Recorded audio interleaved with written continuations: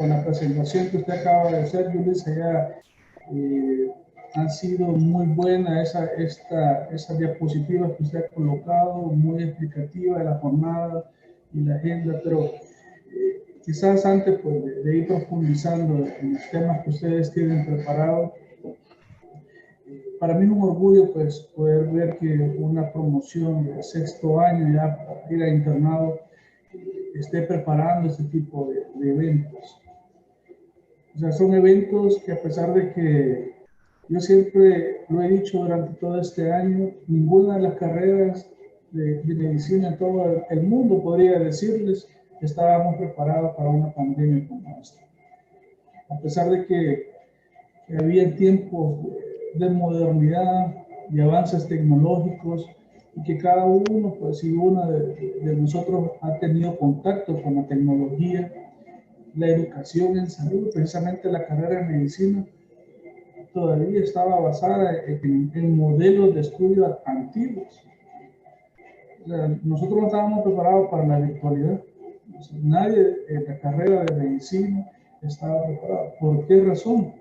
Porque necesitamos tener siempre contacto con el paciente, tener contacto con una parte hospitalaria, con una parte clínica, porque de esa manera pues nos venimos formando en el transcurso de la carrera. Pero yo me pongo a pensar que siempre hemos hablado, en salud pública siempre se ha hablado de la innovación, se ha hablado también de planes de mejora. Hay un tema que se utiliza en el liderazgo que es siempre tocar el timón del barco, o sea, darle un giro a las cuestiones académicas.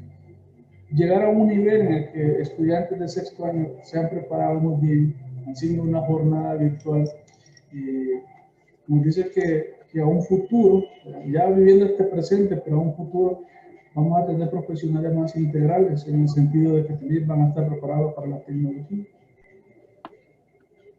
Nunca habla uno de su persona, pero yo me formé hace ya unos 15 años, quizás 16 años, que salí de la carrera, o sea, son más años de haber empezado a estudiar.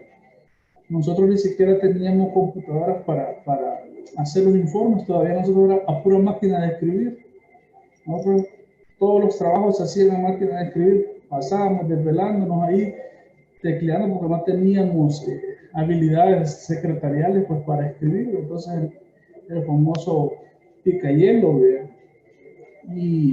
y ahora, pues, o sea, yo nunca en ese momento creímos tener un contacto virtual con estudiantes como ustedes lo están haciendo. Para nosotros esto no existía. No había ni siquiera acceso a correos electrónicos. Las computadoras trabajaban con software totalmente antiguo. O sea, el que conoce de MS2, tal vez el ingeniero Xiomara, porque por su estudio, creo que está jovencita todavía. O sea, no vivimos esto. Y pues realmente el reto y el desafío están. El reto y el desafío están y debemos de seguir construyendo este tipo de eventos. Yo me siento complacido de ver a estudiantes pues, comprometidos como autoridad de la Facultad de Medicina, pues uno de mis sueños es garantizar la calidad académica, formar grandes profesionales. Ustedes están aquí a 2 años de estar ya en el mundo laboral, en el mundo real. Va a ser la promoción que tuvo la oportunidad de conocer una pandemia. Habíamos vivido epidemias como el dengue, el chip, que también traían consecuencias complicadas, pero no una pandemia como tal. Y quizás lo que más ha imperado en este tiempo es el miedo. Y los profesionales de salud también han tenido miedo, porque no estábamos preparados. Se habla ustedes van a hablar de villanos de la salud. Es bien poco lo que se habla de ellos. Aunque OPS y OMS ya hace muchos años hablaba de héroes de la salud por toda su trayectoria que ellos habían hecho. Entre los héroes a nivel mundial está la doctora Rodríguez, que fue pues ministra de Salud, rectora de la Universidad Nacional, y una profesional pues comprometida con la rama.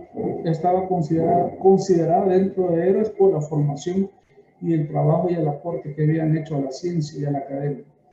Pero ahora el héroe es el que de verdad no le tiene miedo a enfrentar. Pero ¿cómo vamos a enfrentar una situación como es? Los desafíos de la salud, ¿cómo se enfrentan? Se enfrentan con conocimiento. Si ustedes en este tipo de eventos están generando conocimiento, ustedes están construyendo ese armamento o esa defensa para enfrentar cualquier situación. En cuestión de un año, solo el internado y después el año social, ustedes van a estar solos frente al paciente. El 3 de enero ustedes van a estar sentados en su escritorio. La enfermera que les pasa los expedientes creen que ustedes saben ya todo, que ustedes conocen todos los medicamentos de aquí hasta la China. Y aquí están, doctor y doctora, empieza a ver, y usted medio se asoma a la puerta y ve 40 sentados allá afuera esperando que usted lo atienda. ¿Qué hace la diferencia? El conocimiento. ¿Qué hace la diferencia? El no tener temor. ¿Qué hace la diferencia? Que cosas o eventos como los que ustedes han preparado, pues al final pues les ayudan a quitar esas barreras. No tengan miedo. No tengan miedo a enfrentar una pandemia. No lo tengan. Al final, o sea, tenemos que sumergirnos en esto. Y probablemente ustedes, sus papás y todas nuestras familias pues tienen temor a que nos podamos contagiar y que esto nos puede llevar hasta la muerte. Siempre va a ser su información, vean estadísticas, los índices de mortalidad, no se dejen por noticias falsas o por información falsa. Este tipo de eventos sirve para mostrar la información real. O sea, aquí hay ciencia lo que ustedes están haciendo. O sea, aquí yo creo que nadie va a venir a inventar.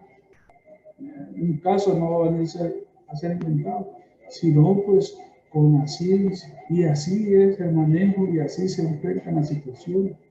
Sin temor, con conocimiento y sobre todo con actitud. Es con lo que quiero terminar. La actitud del profesional los va a llevar al éxito, los va a llevar a la mejor, a hacerle frente. Si yo me quejo, yo pierdo. Mejor siempre el profesional que lleva los principios básicos de la salud pública debe de tener la capacidad de resolver, de buscar alternativas, de buscar soluciones. Entonces, ustedes están ya trabajando en eso y así que los felicito. También felicito pues al doctor Buda y yo me siento orgulloso de presidir una facultad donde tenemos profesionales grandes como el doctor, en el sentido de que tenemos un departamento especializado, profesionales muy bien preparados y eso pues nos asegura el conocimiento también para los estudiantes. Agradezco al ingeniero Xiomara que pues a pesar de que nunca nos hemos visto de manera presencial, la conozco de manera virtual al ingeniero, pero siempre ha estado para apoyarnos, siempre ha estado ahí a la disposición. Yo le agradezco eso siempre, ingeniero. Y a todo el comité pues que ha estado detrás de esta organización, creo que en tiempo ha sido bien poco. Y no quiero entrar en polémica, pero si yo les pongo el congreso que hizo la Asociación de Estudiantes, que pasaron un año casi preparándose para tener eso, ustedes lo han hecho en cuestión de días, en cuestión de días, y lo mejor de todo eso es que ustedes son los ponentes. Así que bueno, yo me voy a quedar un rato escuchando los casos. Probablemente no me queda toda la jornada, pues tengo una agenda un poco complicada y a veces rara también en el día, pero voy a tratar de escuchar y de ahí me voy a, si pregunto, no lo hago con la mala intención, sino que simplemente pues, generar mi participación y hacerlo mejor. Gracias por invitarme, así que les deseo éxito en el evento y pues solamente eso. Yulisa, la dejo con el micrófono como dice, y así que pues siga desarrollando la agenda. Muchas gracias. Muchas gracias, doctor, por sus palabras. Y bueno, a continuación vamos a pasar a dar una breve introducción acerca de lo que son los villanos de la salud, la cual está a cargo de nuestro compañero Marvin Fuentes, quien es nuestro representante de la Cátedra de Salud Pública. Tengan todos ustedes muy buenos días. Sean bienvenidos al primer Congreso de Salud Pública organizado por estudiantes de sexto año de medicina. Hablando sobre villanos de la salud, como nos ponemos a pensar sobre por qué el tema villanos de la salud, a qué nos referimos con villanos de la salud. Podemos pensar en todos aquellos enemigos, ya sean políticos o aquellas personas que ponen limitancias para evitar el desarrollo de la salud en nuestro país. Aquellas limitancias en que no podemos dar una salud con altos niveles de calidad, o aquellas personas que se oponen a la innovación, o simplemente buscamos a un culpable de por qué no tenemos un desarrollo en nuestro sistema de salud. Básicamente, cuando hablamos de villanos de la salud, pues nos referimos a aquellas enfermedades no transmisibles. Aquellas enfermedades no transmisibles que tienen un gran impacto socioeconómico a nivel a nivel socioeconómico de un país. Como podemos mencionar aquellas enfermedades como diabetes, insuficiencia renal crónica, colitis ulcerativa, y que tiene una gran incidencia en estos países en vías de desarrollo y pueden generar un gran impacto económico en el sentido de que la población pudiera evitar ese desgaste, ya que tenemos una población que no está muy educada sobre el tema, educando y promocionando la salud, teniendo una población más educada, podemos llegar a tener muy buenos resultados. ¿Por qué consideramos que las enfermedades no transmisibles son un villano para la salud? ¿Por qué? Porque las personas o estas enfermedades pueden generar mayores costos de los cuales pudieran estar presupuestados. Un tema de eso pudiera ser la globalización, que genera un gran impacto, porque se basa más en la economía, se basa más en el bienestar económico de un país y dejamos de lado lo más importante, como lo es la salud. Como les había mencionado, una población educada, evitamos enfermedades, evitamos complicaciones, evitamos también podría llevarse a una desintegración familiar o a un funcionamiento no adecuado de una familia, porque los problemas de salud llevan a la familia a llevar a un alto grado de estrés. Todas estas enfermedades no transmisibles, como les digo, les había mencionado, generan un gran costo, ya sea para el Estado, porque nos basamos en un sistema más curativo que preventivo. Si nosotros prevenimos, nuestra población sería la más sana, sería la más educada. En cierto modo, somos una población que entiende en base a hechos, en base a acciones o en base a circunstancias en las cuales se ponen a prueba. A raíz de la pandemia podemos mencionar que muchas de las poblaciones han podido tener educación, ya sea por diferentes medios. Ellos saben la importancia de cuál es prevenir las enfermedades, y esto llegará a ser un boom en el sentido de que teniendo una población más educada, vamos a ser un país que vamos a llegar al desarrollo mucho más rápido de lo esperado. Obviamente lo económico es lo más importante para muchos, pero tiene que llevar de la mano la economía con la salud. Y sin una población saludable no puede generar los ingresos económicos pudiéramos esperar, ¿verdad? Muchas gracias. Bueno, ahora vamos a dar inicio a nuestra primera ronda, para lo cual vamos a invitar al equipo moderador a que comparta su pantalla para hablar sobre el primer caso clínico del día.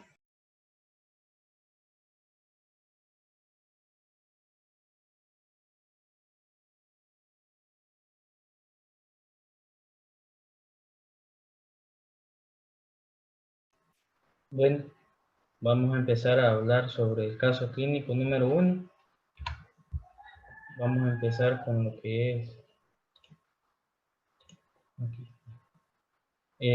con la identificación del paciente.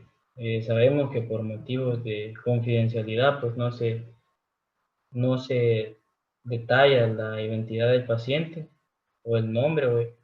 Es un paciente de 67 años, de sexo masculino, domicilio en la colonia Sacamil, su estado civil, casado, escolaridad, segundo grado, no sabe leer, ocupación, obrero de construcción, religión católica, la fecha de historia es el 31 de octubre del 2020 y la hora de historia es a las 2 de la tarde.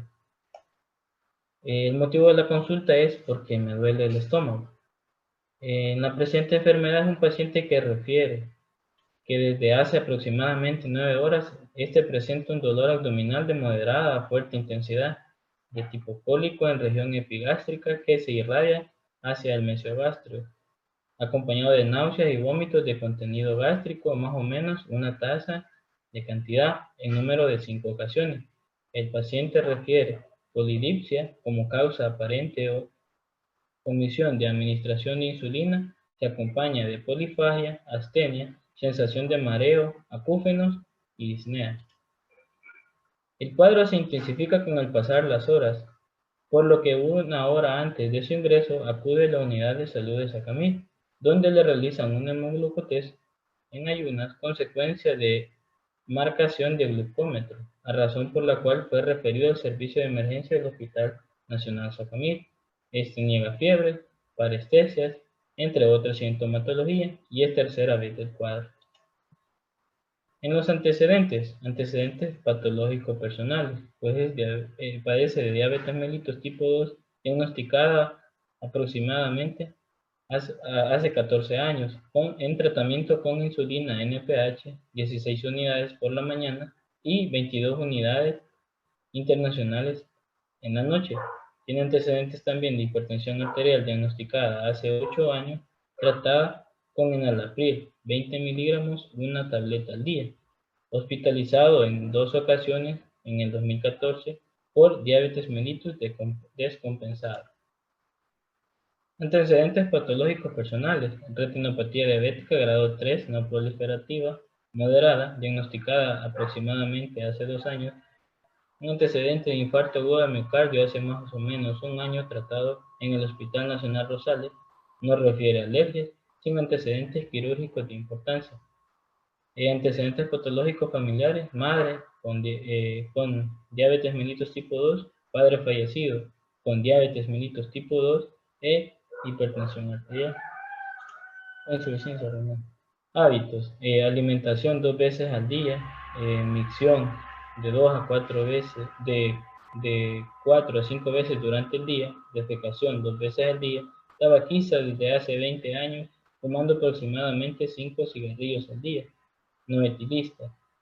En su historia socioeconómica, habita en casa propia junto con su esposa, hija y nietos, la misma que no cuenta con servicio de aguas negras, posee 2 perros y un gato. El examen físico.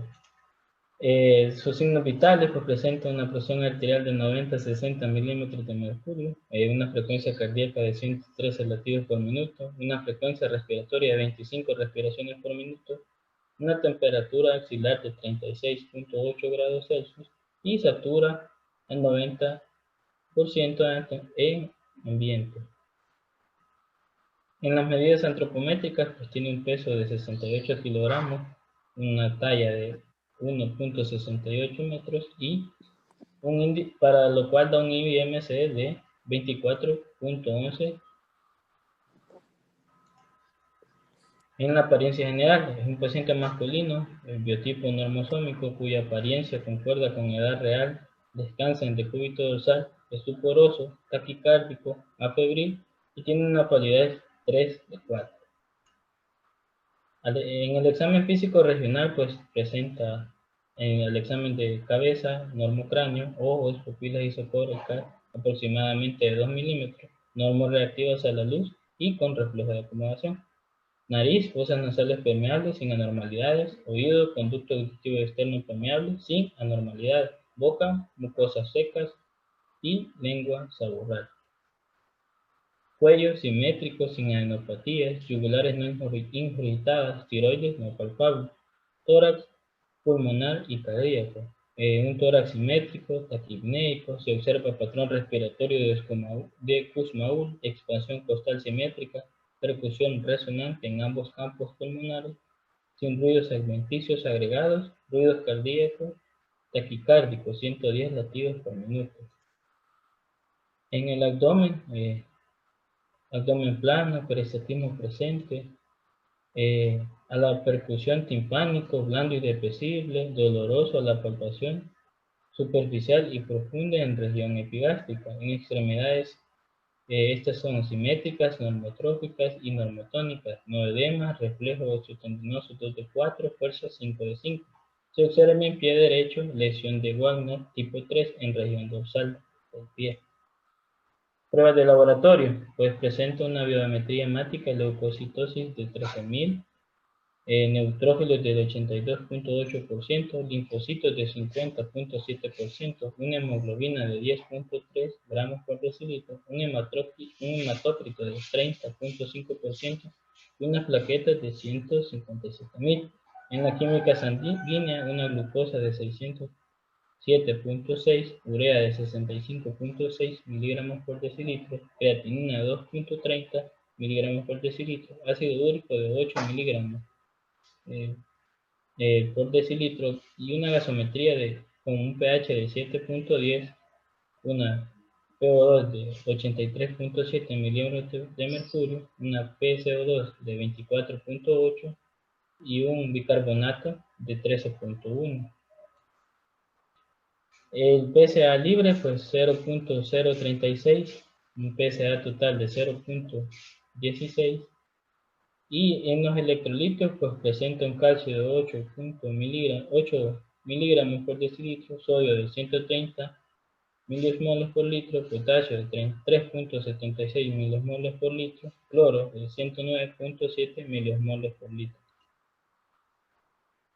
En el examen general de orina, presenta un color amarillo turbio, densidad de 1025, un pH de 5, proteínas de 30 miligramos por decilitro, glucosa de 100 miligramos por decilitro, con cetonas de 4 crucitos de 4, bacterias positivas.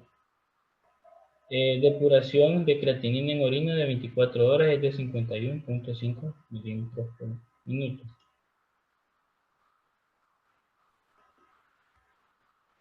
Ahora se llegará a la presentación del plan de manejo integral por parte de un grupo de compañeros. Será el grupo 1.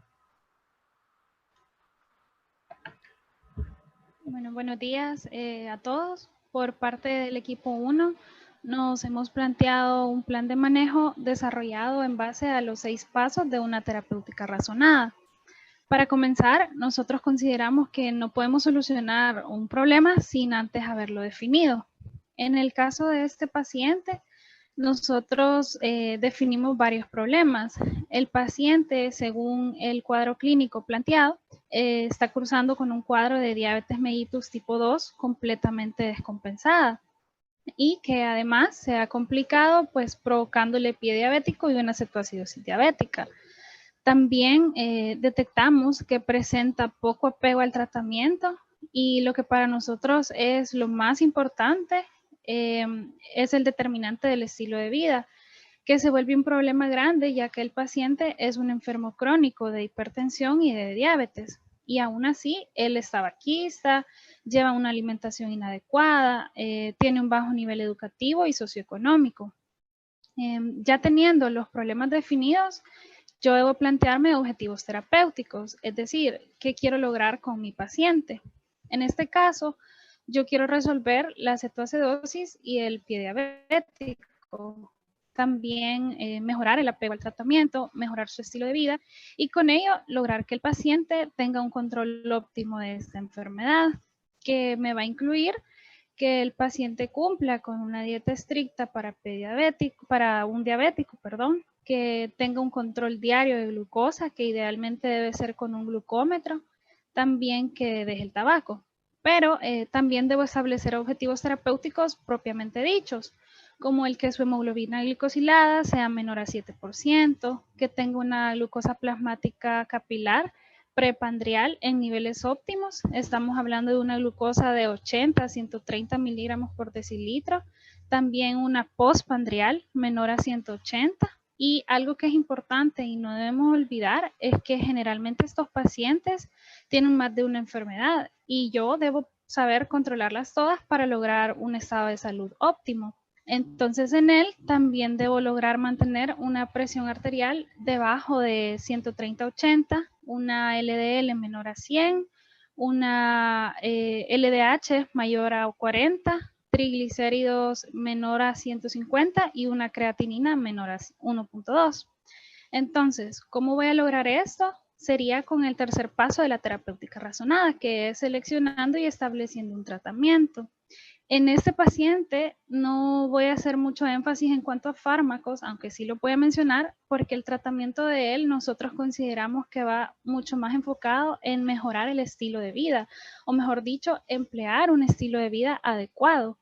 Dentro de lo farmacológico entraría el uso de antibióticos para sanar parcialmente el pie diabético. Y además, pues también consideramos necesaria la evaluación interdisciplinaria con cirugía y medicina interna para poder brindarle un manejo integral. También el esquema de insulina que vaya acorde a sus necesidades, que debe ser cumplido al pie de la letra, que continúe con el cumplimiento del tratamiento de la hipertensión.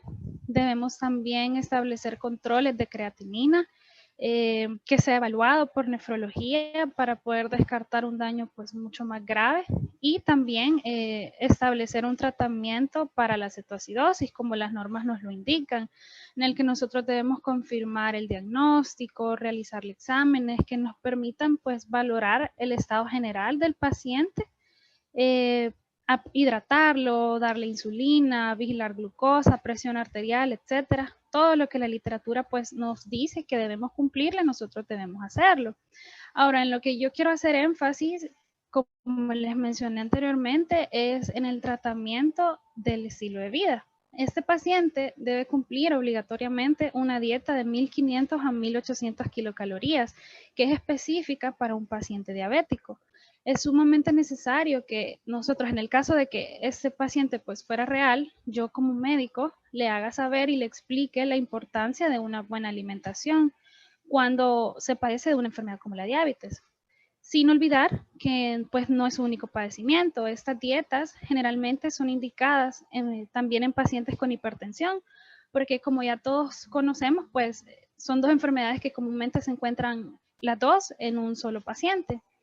Entonces, explicarle a este paciente cómo debe alimentarse de ahora en adelante es sumamente importante, así como lo es el que deje de fumar.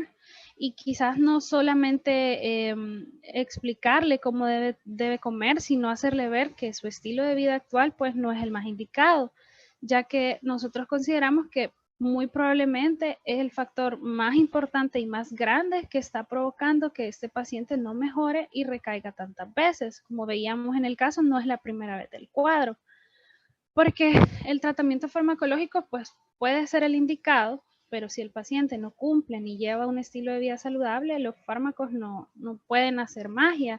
Y es algo que nosotros debemos saber explicarle a nuestros pacientes para que ellos puedan cuidarse y más que eso, pues quieran cuidarse. En el cuarto paso de la terapéutica razonada, nosotros redactamos básicamente las recetas, incluimos insulina NPH, un frasco de 10 ml, la dosis sería 14,014, subcutánea, un frasco. También insulina regular, frasco de 10 ml, la dosis es 999 unidades internacionales subcutáneas, también un frasco. Enalapril, 20 miligramos, una tableta cada día vía oral en número de 30. Y ácido acetil salicílico, 100 miligramos, una tableta cada día vía oral. El siguiente paso que les voy a comentar es quizá el más importante, que es el de informar al paciente. Acá nosotros tenemos que saber tener una adecuada comunicación con el paciente y en este caso hay que explicarle al paciente la forma de aplicarse la insulina, hacer que él identifique el nombre y la presentación del medicamento, cómo se lo debe aplicar, las zonas en las que puede aplicárselo, que va a hacer uso de una jeringa de 1 ml que es calibre 25, que debe combinar las insulinas regular con la NPH en la mañana y en la noche y que en la tarde solo va a utilizar la regular. También no se nos debe olvidar que no puede explicarle que no debe guardar la insulina combinada, que solo debe combinarla cuando se la va a aplicar. Explicarle también que debe tomarse el enalapril en la mañana, explicarle los cuidados que debe tener con sus pies, que debe usar calcetines blancos, que no sean ajustados, un calzado que no sea ajustado, que idealmente sea abierto y de lo más importante, educar al paciente sobre alternativas para dejar el tabaco y sería no solo educarlo, sino también concientizarlo sobre esto y sobre la dieta. Explicarle la importancia del horario estricto que él debe cumplir para poder comer y para aplicarse la insulina y no debemos olvidar advertirle los riesgos que existen si él se aplica la insulina sin comer. Algo muy importante que creo no lo mencioné anteriormente es el factor familia. En este caso, nosotros también tenemos que concientizar y educar a la esposa del paciente acerca de la alimentación de su esposo y que él debe cumplir este tratamiento. Muchos pacientes no cuentan con un apoyo familiar y muchas veces suele ser ese el problema que les impide mejorar su salud. Y bueno, por último, sería la supervisión del tratamiento. Este paciente debe tener y llevar un control periódico de glucosa capilar. Idealmente debe ser una vez al día y nosotros debemos explicarle que debe de ir anotando los valores para nosotros poder corroborarlos luego. Verificar también que cuente con el apoyo familiar que le ayude a mejorar el apego de su tratamiento. Indicarle controles con medicina interna para manejar su glucosa, el pie diabético, dejarle exámenes del perfil lipídico, electrocardiograma, glucosa plasmática, creatinina, etc. Esto cada mes por 3 meses y luego lo ideal es evaluarlo únicamente con la hemoglobina glicosilada y si todo bien, pues nosotros podemos valorar dejarle controles mensuales en la unidad de salud. También recomendamos controles con oftalmología en un mes y dejarle cita para charlas anuales sobre educación para diabetes e hipertensión. Eso es todo. Gracias.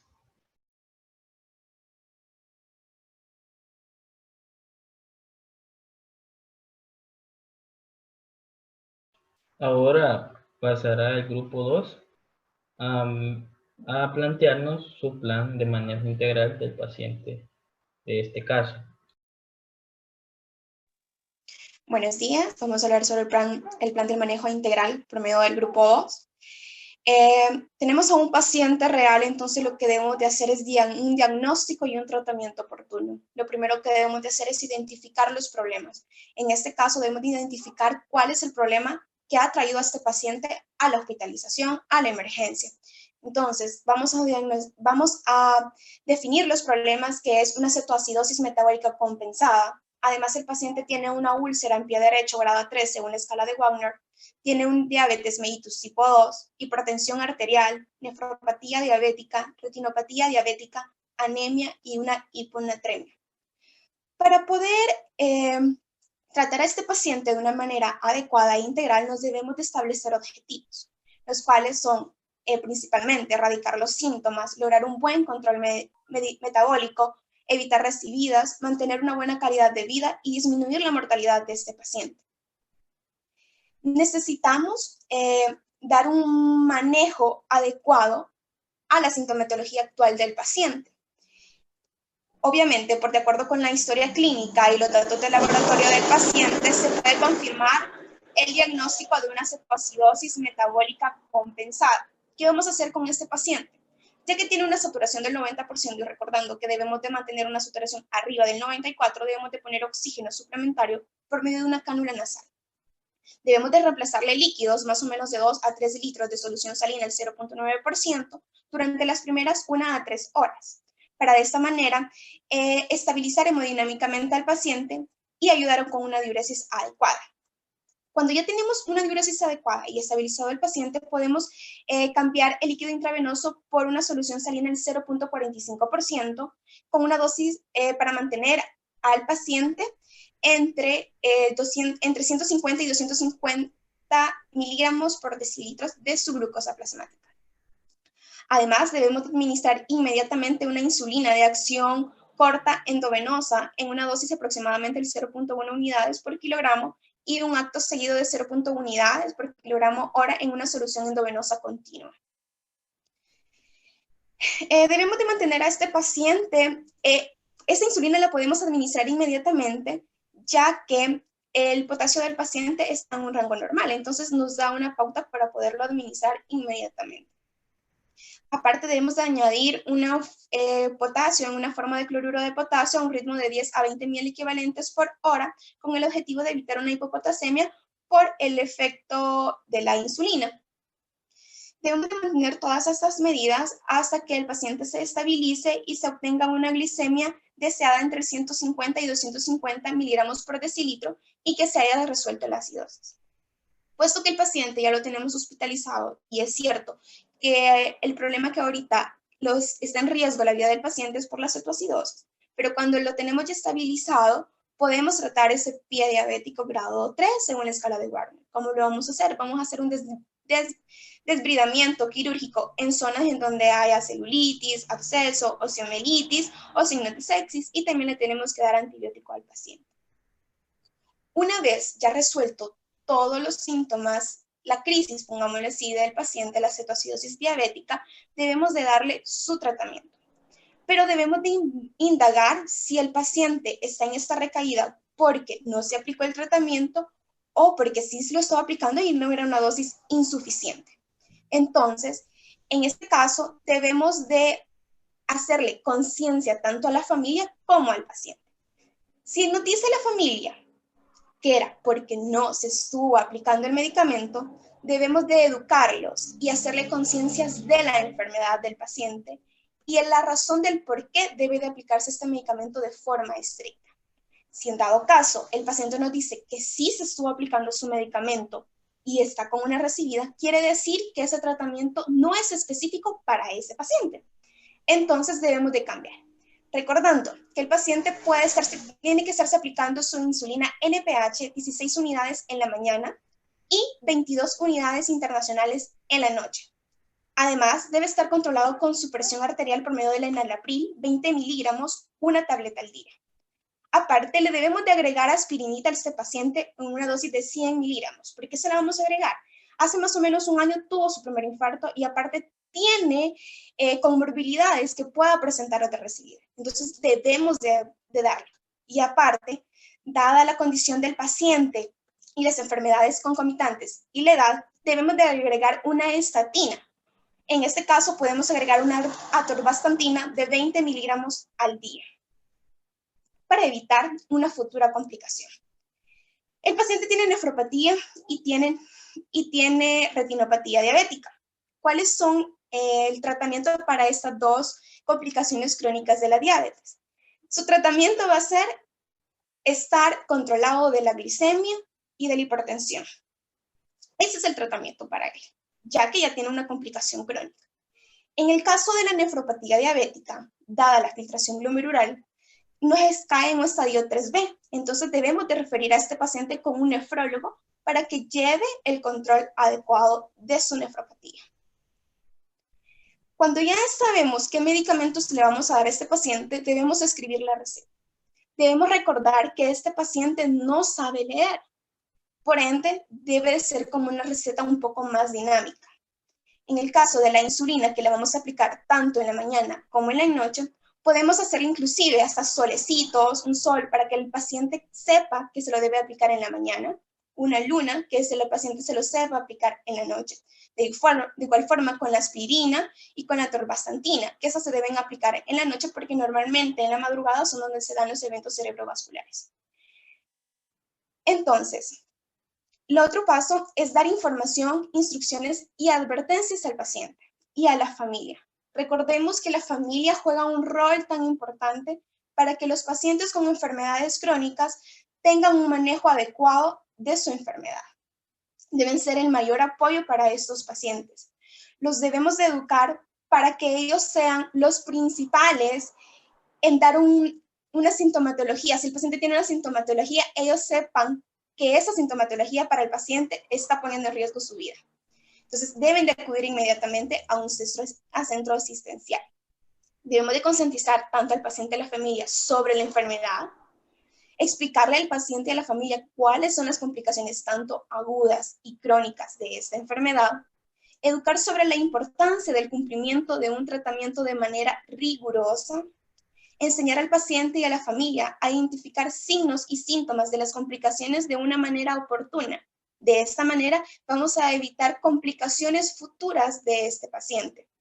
Debemos de aconsejar al paciente y a la familia sobre los cambios del estilo de vida, recordando que el paciente todavía fuma y este es una amenaza tan fuerte para él, tanto para su diabetes como para su hipertensión y para eventos cerebrovasculares. Incentivar tanto al paciente y a la familia que asistan a los controles médicos y recordarles que estos pacientes deben de estar con la aplicación de las vacunas contra la influenza y la hepatitis B. En estos pacientes, ya dado que le vamos a dar una insulina, debemos de explicarle de una manera sutil y de una manera entendible al lenguaje de estas personas, decirle que la insulina es el medicamento que le va a ayudar para el azúcar. Que si esta insulina él no se la pone, va a tener otra recaída, puede tener otra cetoacidosis diabética y en este caso puede llegar inclusive a ser hasta mortal. Entonces debemos de explicarle al paciente cuáles son los efectos también indeseados de este medicamento, porque muchos pacientes, solo porque notaron en la aplicación que se comenzó a poner rojita la piel, se les puso una inflamación, se les irritó, se dejó de poner el tratamiento porque piensa que le está haciendo daño a su organismo. Cosa contraria, que si nosotros se los explicamos cuáles son esos efectos adversos de la aplicación de la insulina, él ya va a estar consciente y tanto su familia. Y por ende, no va a dejar de ponerse el medicamento. Aparte de ello, hay que decirle también que la insulina le puede dar estreñimiento, pero ¿cómo puede combatir este estreñimiento? Lo puede combatir por medio de una dieta alta en fibra. ¿Cómo puede combatir los efectos adversos de la aplicación de la insulina?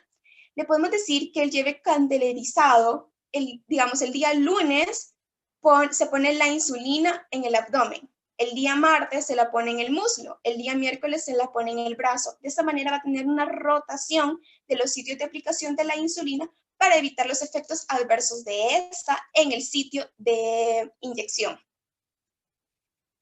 También recordarle al paciente que la insulina debe estar guardada en la refri, no congelada, sino refrigerada en una temperatura más o menos de 2 grados a 8 grados centígrados.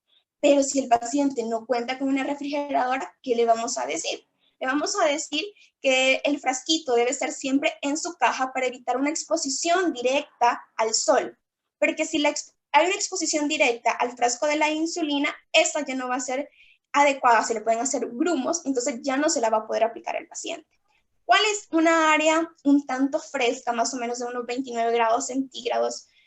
Es donde, por la pila, digámoslo así, donde un recipiente de agua, en donde esta hace que haya una temperatura adecuada. Entonces, ese puede ser un lugar adecuado para que el paciente pueda guardar su insulina y de esa manera evitar que se hagan grumos. Lo otro, con la pastilla del enalapril le debemos de decir al paciente que esta pastilla le va a ayudar para su presión y de una sola vez le va a ayudar para su retinopatía. Entonces, esta pastilla se la debe de tomar en un horario establecido. Por ejemplo, todos los días en la mañana, después de su desayuno, se puede tomar su pastilla enalapril para siempre recordarla que todas las mañanas se lo debe de tomar. porque no podemos estar alternando que un día en la mañana, otro día en la tarde, porque de esta manera vamos a ocasionar un rebote y los órganos que nos van a sufrir son los órganos diana, el corazón, el cerebro y los riñones. Entonces, de esta manera estamos evitando otras complicaciones futuras del paciente, solo con la muy educación y darle de conocer cómo son esos medicamentos. También recordarle lo de la aspirinita, que esa se la debe tomar antes de acostarse, junto con su atorvastatina, que son esos medicamentos que le van a ayudar a prevenir un evento cerebrovascular durante la noche. Ya que el paciente ya tuvo un infarto al miocardio hace más o menos un año y tiene todas las predisposiciones para que pueda ocurrir un evento cerebrovascular. Pero ya que damos el tratamiento, debemos supervisar el tratamiento para saber si ese está siendo efectivo o no. Entonces, debemos hacer que el personal de salud identifique una buena adherencia al tratamiento, que el personal de salud y la familia reconozcan complicaciones de manera oportuna de estos medicamentos. Aparte, entonces, esa supervisión se hace de dos maneras, de una supervisión pasiva y una supervisión activa. La supervisión pasiva cuenta que el paciente puede presentar efectos adversos principalmente por el tratamiento con la insulina. Pero si los efectos adversos son persistentes y comprometen la vida del paciente, él debe consultar inmediatamente para cambiar el medicamento. Y tenemos la otra que es una supervisión activa. Quizás esa es como de las más fundamentales, porque esa la va a hacer el promotor de salud, quien va a verificar el seguimiento a través de una visita semanal a la vivienda del paciente, en la cual nos va a permitir, que él tiene que permitir observar la adherencia al tratamiento. Además, tiene que promover actividades de educación en la salud en la familia del paciente, hacer énfasis en las medidas preventivas relacionadas con la enfermedad del paciente y los medicamentos que él debe tomar. Y aparte, el médico general en la próxima consulta de seguimiento será en un mes y se debe realizar un examen físico completo. No solo vamos a ir a medir la presión arterial, sino completo. Ver si este paciente que comienza a presentar neuropatías, al parecer ya la tiene un pie diabético grado 3. ¿Qué nos quiso decir? Que si desde mucho más antes, cuando el paciente fue diagnosticado, hubiéramos hecho un examen cuidadoso, completo, tal vez hubiéramos podido evitar esta complicación del paciente. Aparte, el médico debe preguntarle al paciente en su visita si ha entendido cómo se debe aplicar estos medicamentos, para de esta manera tener una mejor adherencia al tratamiento. Es necesario la realización de exámenes de control 2 veces al año de una hemoglobina glicosilada. Cada año debemos de hacerle el perfil lipídico al paciente con una creatinina en sangre, calcular la tasa de filtración glomerular, una proteinura según en un examen general de orinas, estar observando el colesterol, los triglicéridos, el HDL, el LDL. Tiene que ser una supervisión de manera integral en el cumplimiento y eficacia del tratamiento. De esta manera estamos evitando que las complicaciones crónicas que ya tiene el paciente sigan progresando y evitar de esta manera complicaciones agudas de la diabetes mellitus que lo pueden poner en riesgo la vida del paciente. Es cierto que dar un buen medicamento es una parte muy fundamental de un manejo integral del paciente, pero sí puede ser el mejor medicamento del mundo, el más eficaz, pero si no tiene una educación, si no le damos una educación al paciente y a la familia, ese medicamento no va a tener lo que nosotros pensamos, el impacto que nosotros queremos, que es evitarle complicaciones al paciente y darle una mejor vida a él. Entonces, sabemos que debemos de darle medidas preventivas y de apoyo por parte de la familia. La familia, en este caso, juega un rol muy importante en el manejo de los pacientes con enfermedades crónicas. Por lo tanto, debemos de orientar, educar y explicar a la familia sobre la patología del paciente. De esta manera nos permitirán tener una mejor vigilancia del tratamiento del paciente. Para un adecuado control del paciente, deben generarse cambios permanentes en el estilo de vida del paciente y de la familia, recordando que la familia, la hija por lo menos, está en riesgo de padecer diabetes mellitus e hipertensión en sus próximos años de vida. Debemos de cambiarle la alimentación al paciente, educar a la familia sobre los alimentos que debe consumir el paciente, además de aquellos que también deben de tomar en cuenta para evitar las complicaciones o el desarrollo de las enfermedades crónicas de la familia. Recordarle al paciente que debe tener una dieta hipocalórica, baja en grasa y carbohidratos y altas en fibra, verduras, cereales integrales, frutas. Limitar el consumo de colesterol a no más de 300 miligramos al día. También debemos decirle al paciente de una actividad física, debemos promover la actividad física en la familia. De esta manera el paciente se sentirá más motivado, incluido en su grupo familiar, acumulando más o menos unos 150 minutos de actividad física en la semana, tomando en cuenta las precauciones necesarias por la edad del paciente y por el grado del pie diabético que tiene. Y una cosa muy importante es decirle al paciente que deje de fumar. De esta manera, debe de hacer todo lo posible para convencer al paciente de dejar de fumar y convencer a la familia que supervise al paciente que ya no lo haga y que no se promueva esta actividad en la familia. Y el otro es darle un apoyo emocional y psicosocial al paciente, incluir al paciente en las actividades del hogar, darle una atención necesaria, escucharlo, motivarlo, para de esta manera mejorar y mantener una buena salud mental y por ende va a mejorar la salud física del paciente. Bueno, vamos a pasar al siguiente grupo expositor a que presente su plan de manejo integral que estará a cargo del grupo 3. Bueno, tengan buenos días, concordando con lo que los demás grupos han hablado. Como grupo número 3 hemos planteado la creación de un logaritmo bajo las siglas fármaco, como la palabra fármaco solo que sin la R, en el cual cada sigla nos va a orientar hacia el plan estratégico adecuado hacia este paciente. Este logaritmo nos va a ayudar a identificar posibles fallas y sus posibles soluciones a las que tenga. Como han hablado anteriormente mis compañeros, primero hay que enlistar los problemas que el paciente presenta en este momento, como si el paciente estuviese en el hospital y nosotros enfrente de él. Principalmente la cetoacidosis diabética es el principal problema que el paciente presenta, seguido de una lesión Wagner tipo 3, que se considera una úlcera profunda. Como problema número 3 podemos encontrar una nefropatía diabética. Un problema número 4 enlistaríamos una retinopatía grado 3 no proliferativa.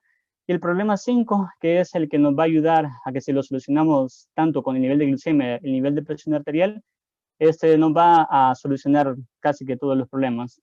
Para empezar, si el paciente estuviera en esos momentos enfrente de nosotros, dado la cetoacidosis diabética, el primer objetivo a reponer sería mejorarle el volumen intravascular que el paciente presenta. Esto lo podemos hacer con la administración de una solución salina del 0.9% a razón de 500 ml por hora en las primeras 3 horas, como han hablado mis compañeros anteriores, debido a que el paciente, con eso vamos a ayudar a que sus desequilibrios electrolíticos mejoren.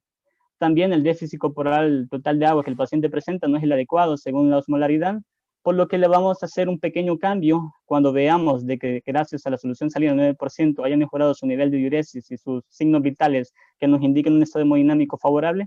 Vamos a hacer un cambio de solución salina al 0.9% a una solución salina al 0.45%. Este cambio nos permite que el paciente pueda evitar la consecuente hipercloemia que se da al ser tratado con una solución salina al 0.9%. Dado a este punto hemos llegado que esperemos que el paciente haya mejorado su nivel hidroelectrolítico, porque la dosis de insulina nunca se debe usar si los niveles de potasio no son arriba de 3.5 miliequivalentes por litro.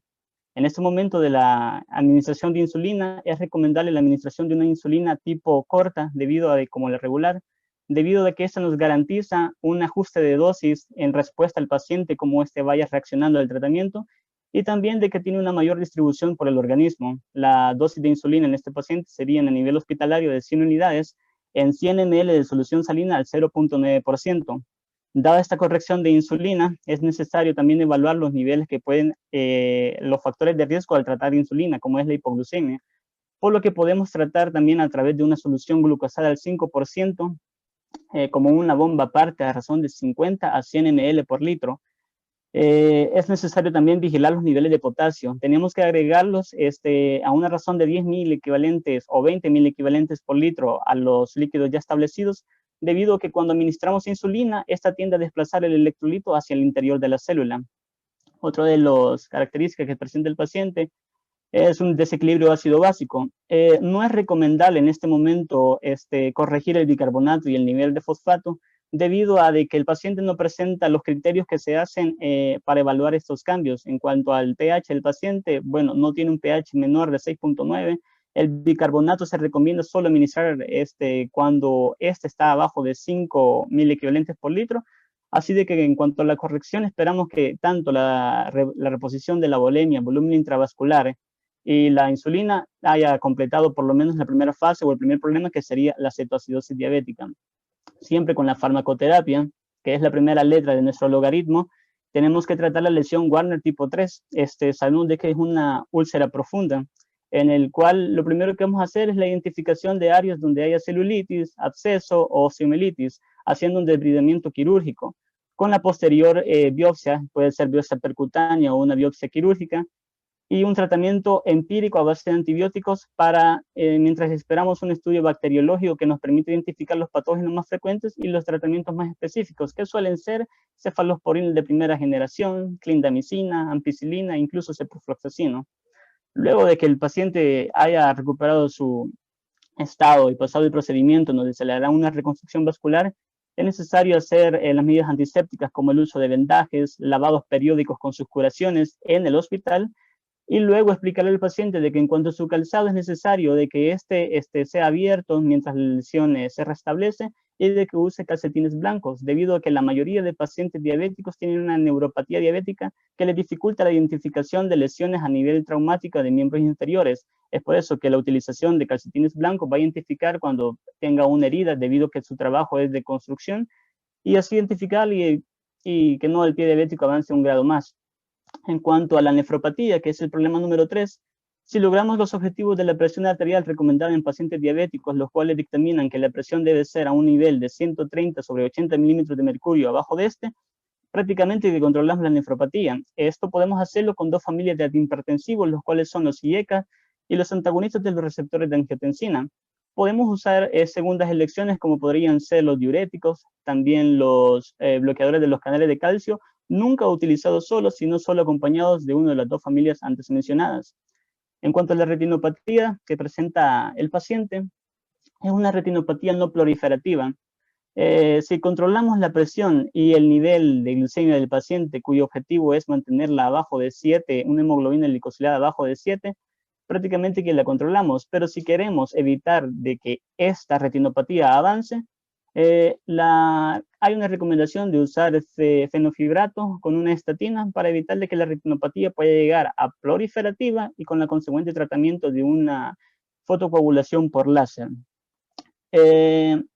Para cuidar los niveles de hipertensión y también los niveles de glucemia, es necesario educar al paciente en cuanto a su dieta, debido a los niveles de sodio que puede ingerir, porque conocemos de que este paciente no es un paciente que hace todos los tiempos de comida como se debe, y al no comer, lo que ocasiona es la activación de vías como la glucogenólisis, gluconeogénesis, que lo que hacen es activar glucosa a partir de metabolitos no precursores de esta misma, y así proceder a la predisposición de aterogénesis que van a deteriorar su lecho vascular. Y como último problema, que es la hipertensión, y como hemos hablado, si llegamos a controlar la hipertensión y los niveles de glucemia, el paciente no presentará mayores complicaciones, todo y cuando se respetan las dosis que siempre irán en cuanto a su kilogramo de peso. Es importante calcular el kilogramo de peso porque la dosis de insulina, una de las principales consecuencias de la cetoacidosis es una administración inadecuada de esta. Es por eso que el paciente, la dosis que hemos calculado a base de 0.6 unidades por kilogramos, tocarían a 40 unidades en el día, con un régimen de 2/3 de insulina en pH, distribuido de la siguiente manera. En la mañana se administrarían 27 unidades de insulina y por la noche 13 unidades. ¿Por qué administramos más por la mañana? Bueno, es un régimen glicémico que el paciente presenta mayor aumento debido a las comidas y por eso hay que vigilar los niveles de glucemia. Siguiendo con la elaboración de nuestro logaritmo, en cuanto a la denominación fármaco, la otra letra es la letra A, en el cual se basa en la adherencia del fármaco. Sabemos de que muchas veces puede ser de que el fármaco no sea el adecuado, por lo que tenemos que valorar las segundas opciones o incluso terceras. Puede ser incluso que este fármaco sea el adecuado, pero no con la dosis. Es importante por esto sí calcularle la dosis en base a sus necesidades del organismo o en base a sus kilogramos de peso. Otros podría ser en cuanto a la adherencia que esté afectando al paciente, no meramente farmacológico, sino extrafarmacológico, como podría ser el hábito del tabaquismo, factores estresantes en su trabajo o familiares que pueden ocasionar de que el fármaco, por más que sea el adecuado, por más que sea la dosis adecuada, no esté siendo el efecto que nosotros esperamos. En cuanto a la otra letra de nuestro logaritmo, fármaco, viene la letra M. ¿Y qué significa la letra M? Bueno, es la modificación de las determinantes de salud, específicamente en este paciente, la del estilo de vida. Es un paciente que no come los 3 tiempos, es un paciente de que no practica ejercicio, está sometido a un trabajo de estrés y con la posterior consecuencia de que utilizan calzado demasiado duro por su trabajo, más el paciente que tiene un pie diabético tipo 3, por lo que hay que educarlo. Es recomendable de que en cuanto a sus niveles de grasas, carbohidratos y proteínas deben ser en base a las capacidades que tenga según los niveles de glucemia. Es importante también reducir el hábito tabaquista. Sabemos de que estos pacientes no les podemos decir deje de fumar ahora, casi que nunca lo dejan de fumar, por lo menos tan rápido, pero reducir paulatinamente el número de cigarrillos por día nos ayudará a ir normalizando el tabaco y posteriormente poner otros hábitos que puedan reemplazar que le está originando muchas veces las complicaciones antes mencionadas. En cuanto a la otra letra de nuestro logaritmo, siguiendo la palabra fármaco, es la letra A. ¿Y qué es la letra A? Bueno, es el abacate familiar. Por más que nos dirijamos siempre al paciente, sabemos de que el paciente es un conjunto multifactorial de enfermedades o no enfermedades que están complicando su salud. Es por eso que la educación hacia la familia, para tratarla como un solo paciente, tanto la familia como el paciente, nos ayudará a verificar que el paciente pueda cumplir con sus objetivos requeridos. ¿Cómo vamos a educar a la familia? Bueno, el paciente necesita de que le estén explicando qué horarios tiene que administrar la insulina, que deje el tabaco. Es importante la relación de la familia hacia el paciente, ya que si hay una mala relación o si la familia no se ve comprometida, este paciente puede ser de que es el que le lleve el aporte de la comida todos los días a su familia. Y si esta no se involucra, pues las complicaciones no serán solo sobre el paciente, serán también para el grupo familiar completo. Siguiendo el logaritmo de fármaco, la otra letra que corresponde es la letra C. Y esto denominamos el control. Todo lo hablado anteriormente no lo podremos evaluar si no tenemos un control de lo ya establecido. Es por eso que controlar la presión, controlar los niveles de glucemia en cada cierto tiempo nos dará un objetivo esperado. Y por último, y para finalizar nuestro logaritmo, es la letra O de otros, que son otras medidas que utilizaremos para que el paciente pueda cumplir sus objetivos, ya que sabemos de que este tipo de patologías, que es la diabetes, es una patología multisistémica, que hay diferentes efectos tanto a nivel patológicos en sí como no patológicos que complican la vida del paciente. Eso es todo. Muchas gracias. Muchas gracias por la participación. En este momento vamos a abrir la sección de preguntas. Pueden el público invitado realizar sus preguntas a cada uno de los grupos expositores. Queda abierto ya la sección de preguntas.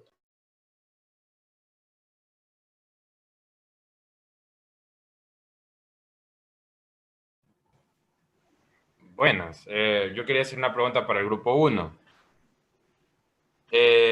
Bueno, ya que mencionaron de que se tiene que considerar en base al manejo la alimentación para el paciente del caso, quería saber qué beneficios podría tener el cambio de alimentación y de hábitos en el paciente a la hora de tener su control.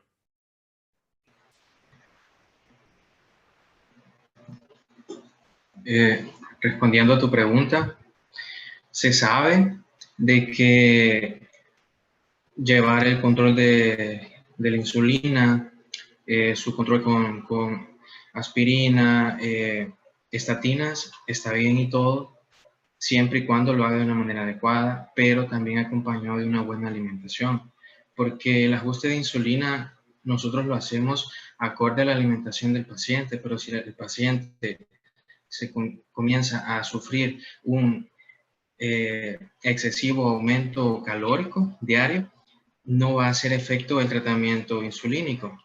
Hay que explicarle a él y a su familia, tanto a su esposa como a su hija, que lo que desde hace mucho tiempo se sabe que desde hace mucho tiempo se sabe, perdón, que mi perro, disculpen, desde hace mucho tiempo se sabe o se tienen creencias míticas por lo que dice el abuelo, la abuela, todo de la alimentación. Por ejemplo, un paciente diabético piensa de que Si él se come un pan con café, pero simple, que no tenga azúcar añadidos, no le va a hacer daño. Pero hay que explicarle al paciente que el cuerpo metaboliza los carbohidratos sin importar que sean sacarosa, fructosa o almidón, lo hace de manera igual. Entonces hay que explicarle para que sepa administrar o controlar mejor sus alimentos.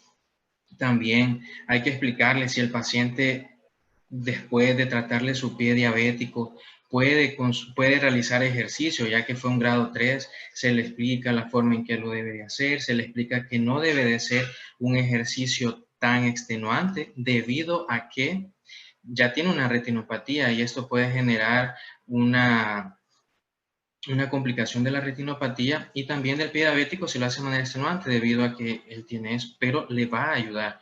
También hay que explicarle lo del tabaco debido a que va a disminuir lo que es el riesgo de nefropatía, de la hipertensión también, pero principalmente es eso, la alimentación, debido a que nosotros, la población salvadoreña, tenemos creencias desde hace mucho tiempo dentro de la nutrición. Y sí, eso es todo. Ay, disculpen el ruido que hizo ahí mi mascota. Muchas gracias. Buenas tardes. Mi pregunta va dirigida hacia el equipo 2.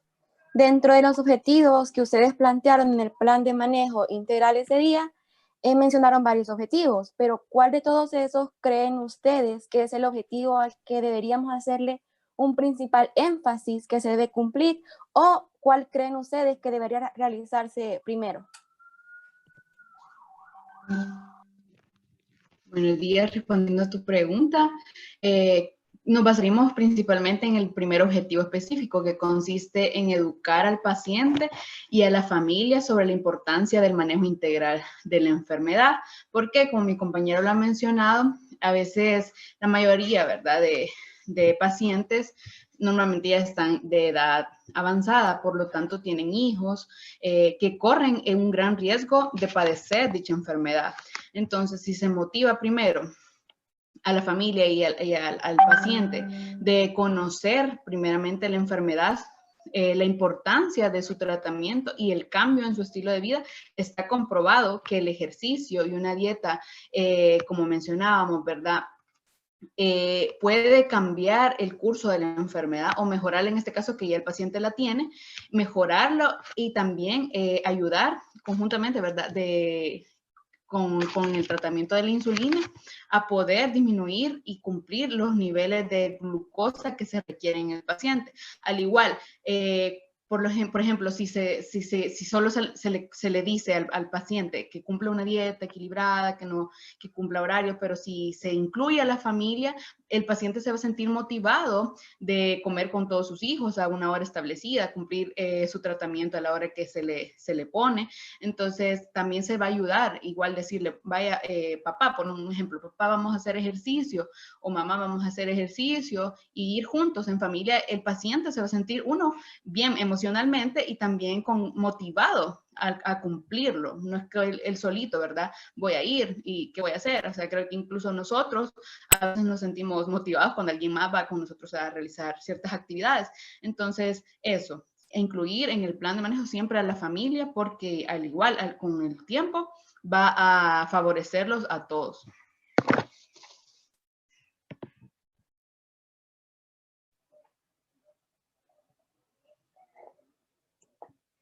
Hola.